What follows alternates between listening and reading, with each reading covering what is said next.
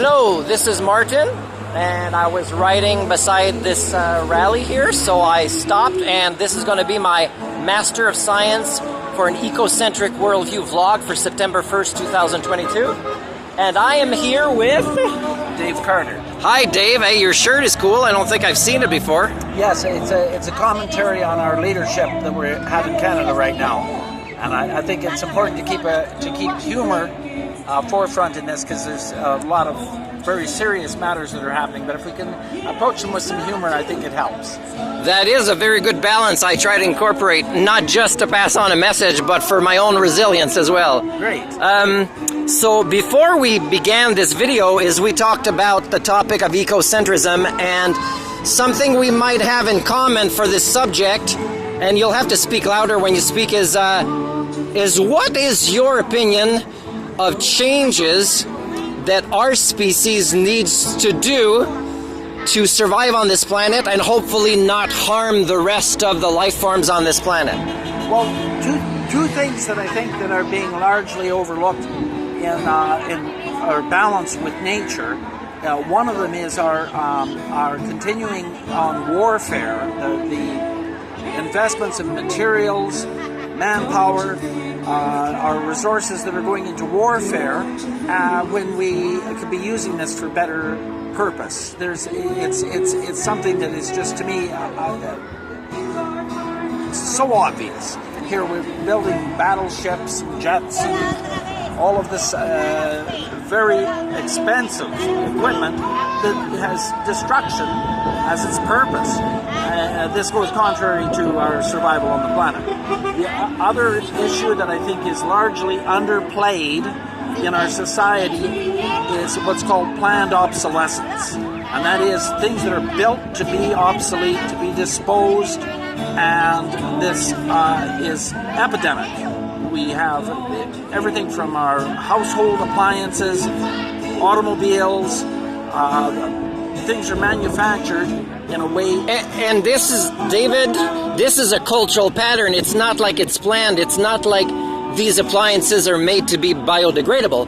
It's just that it's become a cultural norm to not expect a more efficient recycling of these things by the companies and enforced by our governments. Is that what you mean? Well, it's you know, we can lay blame at for the manufacturers to a certain degree and our governments to a certain degree, but the public has to take a responsibility for this as well. People need to collectively start to demand that the products that are manufactured are built to last, are resilient, and are repairable and interchangeable. I've spent some time recently in Cuba, and they are still running 1950s cars by necessity. It's not because they're car buffs or anything, but they're good at fixing them up. They keep fixing them up. They keep running them. They're running cars from the 1950s, whereas our cars now maybe last 10 years, and they're in the dumpster. Unnecessarily complicated. So let's say that, you know, they live with what we would consider poverty, and in their poverty, they are able to actually make things last longer and not junk things so quickly and easily. So in a way, the poverty makes them better for the planet. Well, yes, I guess you could say that it was a necessity. And better problem solvers in their creative, you know, repairs and interchangeable ways to keep something going. Yes, I would agree with that. Now for a car, that's okay. I mean, we wouldn't want to do that with nuclear power plants, for example. Sure. Put the wrong part and see how long it goes or something like that. Right. That's great. One thing you said that I want to get back to, and that we have in common, is related to what our species, you know, knows intuitively about war being wrong, and yet this has been the patterns that we keep repeating in history. So just hold on, I'll press pause. Okay. Oh no, I think we're okay. Okay, good. So what I think is really weird, and I think you're getting to when you say don't put the blame on just politicians and manufacturers, and what I should have a shirt done as... Okay, just hold on, please. Okay, so to get back to that subject is, I'm doing more and more vlogs that shows that the bad guys of history since the origin of our species has really been the majority, the norm. And wanting to put the blame on, let's say, people that pursue profit or elitist power in politics is, of course, their behaviors come naturally to them. We just make it easy for them. So, for example, as consumers, you know, we keep buying these things and we keep replacing them in the ways that they want us, let's say, to replace our phones. So the majority, again, are the norm. They create these patterns more than the minority we want to blame, who are just sometimes creating arguments like we're giving consumers what they want, right? So that's something I agree with. If as the norm, we can have shirts that say we are the villains as the norm, and this is why it's easy to place the blame sometimes, but the norm needs to re-educate and the norm needs to walk the talk. What do you think about this? Well, yes, I share some of those threads when you say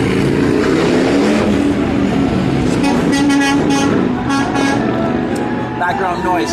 Yes, I think that the majority, the people, have to start taking responsibility for things and stop looking to the leaders for their solutions from these problems.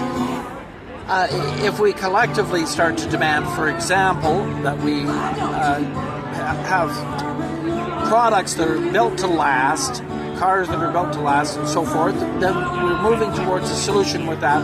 And if collectively we put to the forefront that we stop these military expenditures and stop the war machinery investment, that we can turn this around, and it's our responsibility to put this forward to our leaders. War is not problem solving for a species that considers itself sapient or sentient. It most certainly is not. You don't need to go to school to know this.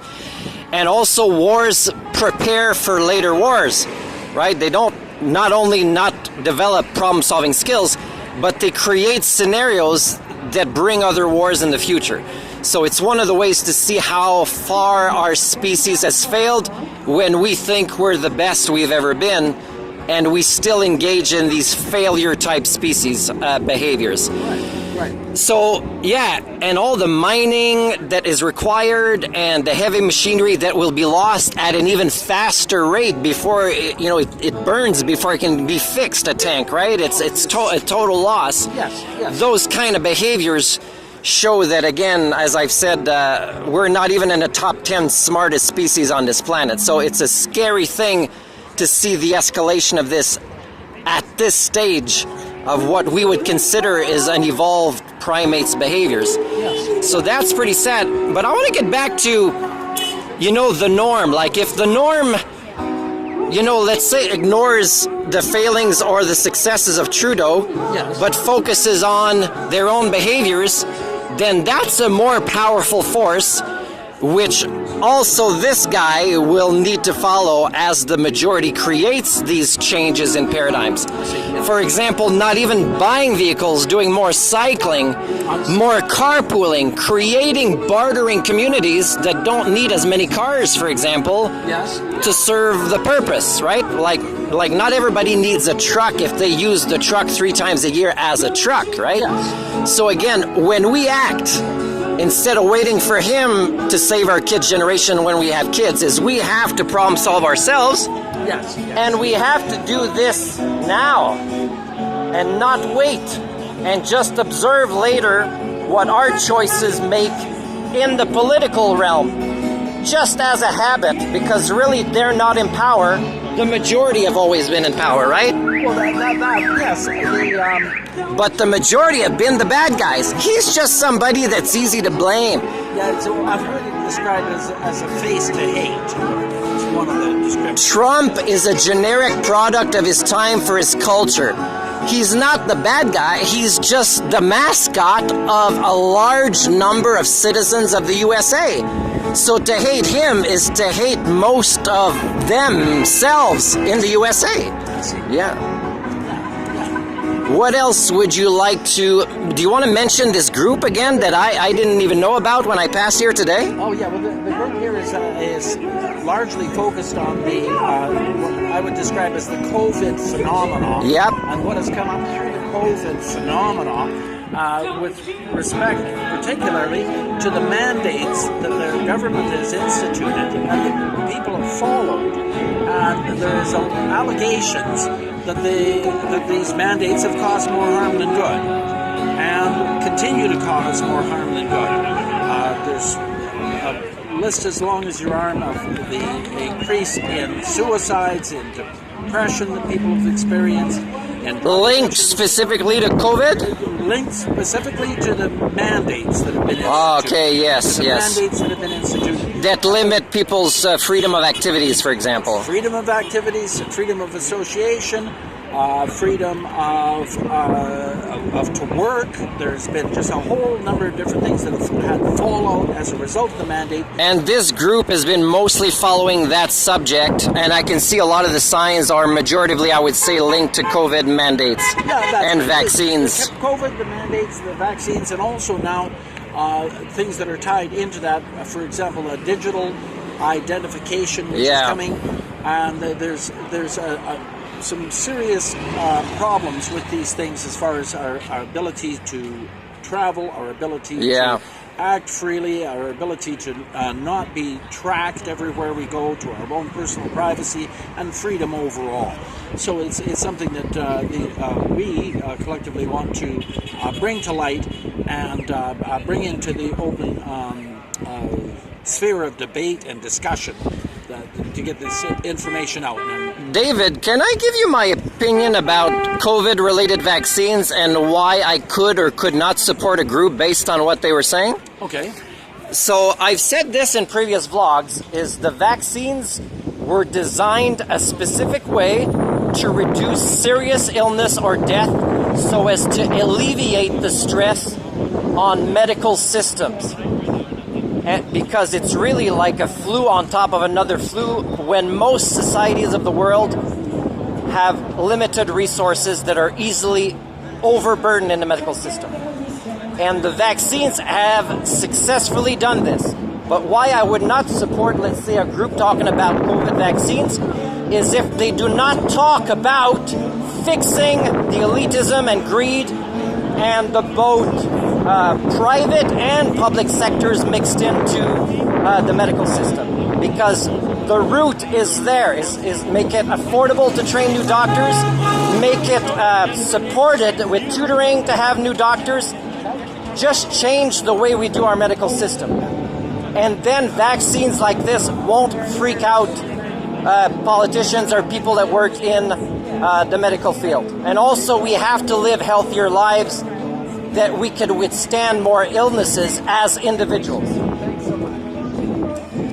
So, David, I don't know if you got to hear that, but that's what I wanted to say about vaccines. Yeah. So for me, I know they did what they were supposed to do, but in that 2 years, statistically speaking, we all know exceptions, but statistically speaking, You're wrong and you're putting out false information. I know, but that's my information. And ma'am, you can film a vlog that says... Pardon? I know there is, but there's also a lot of unhealthy things happening in society creating. So to put everything on a vaccine, you know, it's almost like saying I want to keep living an unhealthy lifestyle, but I want to blame that vaccine for my bad health. So I'm just going to press pause for a moment, and then we'll finish up with David.